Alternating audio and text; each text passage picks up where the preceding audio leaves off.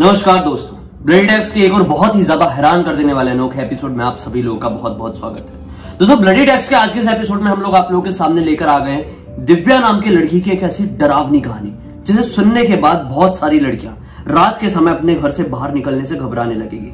लेकिन घबराने की इतनी ज्यादा भी जरूरत नहीं है, क्योंकि आज के इस वीडियो के अंत होते होते तक आप लोगों को समझ में आ जाएगा कि अगर कोई भी लड़कियां रात के वक्त किसी भी हॉन्टेड, सुनसान या अजनबी अनजान इलाके में घूमने जाती है तो उन्हें क्या करना चाहिए, तो वो पैरानॉर्मल दुनिया से बच सकती है। तो आपको सब कुछ समझ में आएगा। तो इस कहानी की शुरुआत करते हैं जिया से। हाँ, ये जो घटना घटी थी दिव्या नाम की लड़की के साथ घटी थी 2019 में, जब वो अपने एक फ्रेंड के घर पे बर्थडे पार्टी में गई थी। वो टाइम पे हुआ था। एक्चुअली 29 दिसंबर को उसके एक फ्रेंड का बर्थडे था। उसके घर से 1 किलोमीटर की दूर पे उसका घर था। तो इसके 2 और दोस्त थे, उन्होंने डिसाइड किया कि अपन एक काम करेंगे, स्कूटी से निकल जाएंगे उसके घर पे और वहां पे जाने के बाद अपन पार्टी सेलिब्रेट करेंगे। उसके बाद 10-11 बजे तक अपने घर आ जाएंगे, नजदीक ही अपना घर है। तो ये लोग ऐसा ही करते हैं। दिव्या उस दिन अपनी स्कूटी लेकर बाहर निकलती है और अपने उन दोनों दोस्त को फोन करती है कि तुम भी लोग आ जाओ। तो जो दोनों दोस्त थी वो लोग एक स्कूटी पे थी और दिव्या अपनी स्कूटी पे थी। और ये लोग जो जिस रास्ते से जाते हैं उस रास्ते पे एक ना केला का बगीचा टाइप होता है, बहुत ज्यादा मतलब घना बगीचा टाइप मिलता है इनके रास्ते। मैंने पहले सुना हूँ कि कभी कभी जो केले के पेड़ या फिर बगीचा होता है वहाँ पे कुछ गड़बड़ होती है, शायद वो भी सकते, पूजा भी करते हैं, केले पूजा भी करते हैं। हाँ, लेकिन मैंने सुना हो कि वहाँ पे कुछ एनर्जीज भी कई बार होती है। हो भी सकती है, कुछ नहीं बोल सकते। पता नहीं, अभी कुछ चीजें समझ में ही नहीं आती। पैरानॉर्मल दुनिया को समझना इतना ज्यादा आसान थोड़ी है। फिर आगे क्या होता है? तो फिर ये लोग जब निकलते हैं वहां पे पहुंच जाते हैं 7:30 बजे करीब तक। उसके बाद पूरा पार्टी एंजॉय करते हैं, मस्त मस्ती करते हैं, डांस भी करते हैं। उसके बाद ये लोग डिसाइड करते हैं कि 10:30 बजे वहां से निकल जाते हैं। तो दिव्या और उसके दोस्त लोग 10:30 बजे निकल जाते हैं। बट जो दिव्या के वो दोनों दोस्त थी, उनका घर इस दिव्या के घर से 200 मीटर पहले ही पड़ता है। तो वो लोग 200 मीटर पहले ही अपने घर पे रुक गए और ये अपने घर के लिए आ रही थी। जब ये अपने घर के लिए आ ही रही थी कि इसकी स्कूटी में कुछ गड़बड़ सी फील हुआ। मतलब इसका स्कूटी अचानक से बंद हो गया। अच्छा, मतलब इसको पता नहीं चला कि स्कूटी में ऐसा क्या हो, क्यों स्कूटी बंद हो गया। वो चेक करने के लिए उतरी और जैसे ही वो नीचे उतरी, उसके बाद तुम इमेजिन नहीं कर सकते, वो नीचे उतरी ही है, उसको अचानक से बहुत जोर से चक्कर आया। उसको ऐसा लगा कोई हवा पास करके मुझे गया। और उसके बाद वो वहीं पे धड़ाम से गिर के बेहोश हो जाती है।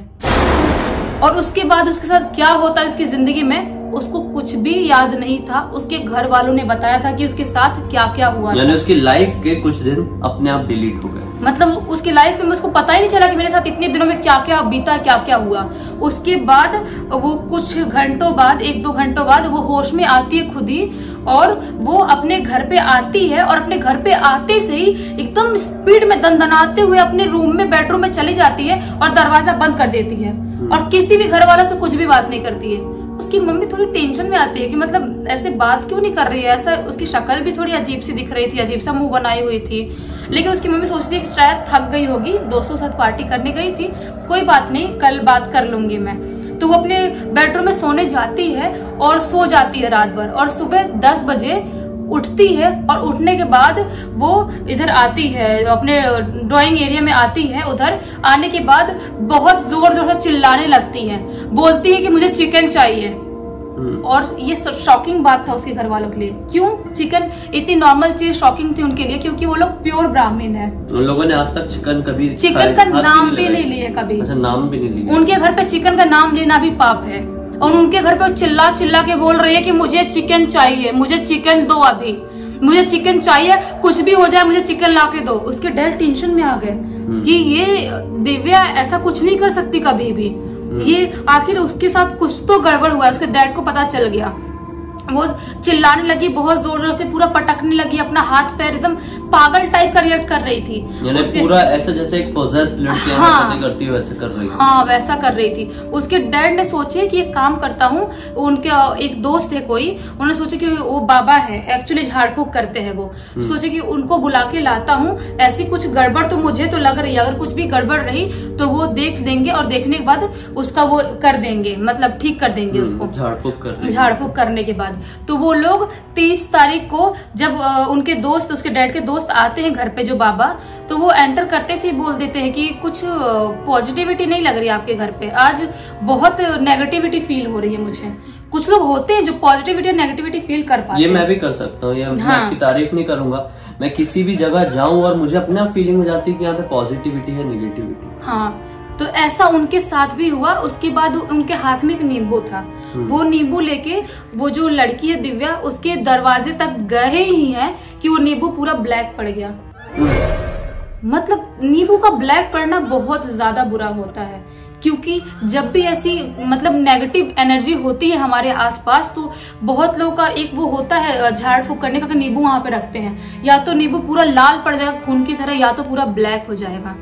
तो वहां पे जाते से ब्लैक पड़ गया और उन्होंने बोले मतलब दिव्या के पापा से कि आप मतलब हम लोगों को झाड़ फूक करना पड़ेगा 31 के दिन, हम लोग झाड़ फूक करते हैं क्योंकि ये जो आपके घर पे जो एनर्जी है वो बहुत ज्यादा खतरनाक है। दरवाजे तक ही आने पे नींबू मतलब ब्लैक पड़ गया, मतलब अंदर भी मैं एंटर नहीं किया हूँ अभी। तो वो लोग बोलते हैं कि हम लोग को अच्छे झाड़ फूक करना पड़ेगा 31 दिसंबर को। तो सब लोग तैयार हो जाते हैं, बोलते हैं हाँ ठीक है, बस कैसे भी आप हमारी बच्ची को ठीक कर दो, क्योंकि हमारी एक ही बच्ची है।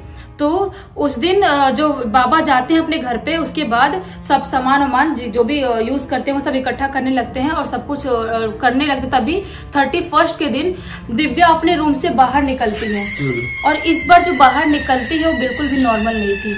इस बार बाहर निकलते से जितने सामान थे घर पे सब तोड़ने फोड़ने लगती है। यानी वो एक दिन तक पूरी अपने कमरे में बंद थी, बाहर भी नहीं निकली, खाना भी नहीं खाई थी।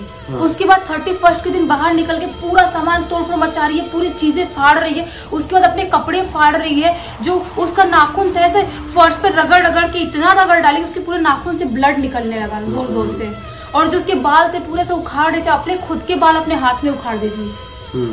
मतलब ये जो मंजर था बहुत ज्यादा खौफनाक था उनके लिए। ये इमेजिन करके देखो तब आपको पता चलेगा कि मतलब कितना ज्यादा खौफनाक हो सकता है, सिर्फ बोलने का नहीं है ये। तो उसके बाद वो बहुत जोर से चिल्लाने लगती है, बोलने लगती है कि उसकी जो आवाज थी बिल्कुल चेंज हो जाती है, ऐसा लगता है कि वो लड़की की आवाज नहीं है और दिव्या की आवाज तो बिल्कुल भी नहीं है।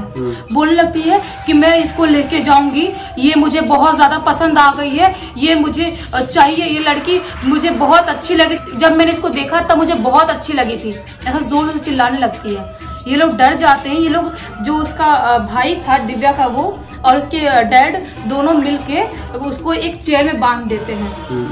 सोचते हैं कि अगर इसको अपन ऐसा छोड़ देंगे घर में तो अपने आप को बहुत हार्म करेगी, क्योंकि आत्माएं जो होती है ना आपकी बॉडी को अंदर अंदर हार्म करना चालू कर देती हैं। क्यों आती है आपकी बॉडी? मान लो तुम्हारी बॉडी मारे क्यों आएगी? वो तुमको परेशान करने के लिए, तुमको अंदर से हार्म करने के लिए आती है।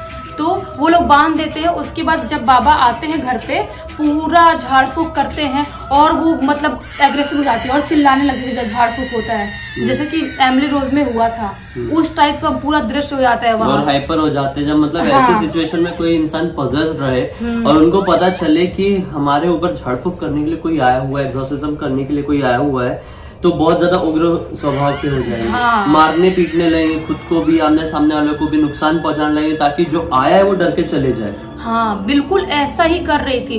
तो कैसे बाबा ने उसको कंट्रोल किया और उस आत्मा ने बताया कि जब ये गई थी ना रास्ते से, इसने बाल खोल के रखी थी और इसने बहुत अच्छा वाला इत्र लगाई थी। और मुझे ये वो टाइम पे ही अच्छी लग गई, और जब ये पार्टी करके वापस लौटी तब मैं इसकी बॉडी में एंटर कर गया, ऐसा बोला शैतान ने। तो बाबा ने बोला कि तुझे इसकी बॉडी छोड़नी पड़ेगी, ये बच्ची की बॉडी से वो बाहर निकलना पड़ेगा। एक तो मान नहीं रहा था, जल्दी शैतान नहीं मानते हैं। अगर आपकी बॉडी में है तो इतनी आसानी से उनको कोई नहीं निकाल सकता। तो वो कैसे भी झाड़ फूक किए, उनके पास एक कलश था, वो कलश में उसको वो कर दिए, कैद कर दिए। कैद करने के बाद इसके डैड को बोले उस दिन ही रात को ही 31 दिसंबर के रात को ही बोले कि ऐसी जगह पर ले जाके गाड़ना जहाँ पे किसी पहुंच ना हो और कोई वहां पे खोदे ना, खुदाई ना करे और कोई खोले ना। उसके डैड एकदम अलग से सुनसान एरिया में जाते हैं और वहां पे खोद के, बहुत गहरा खोद के कलश को दफना देते हैं।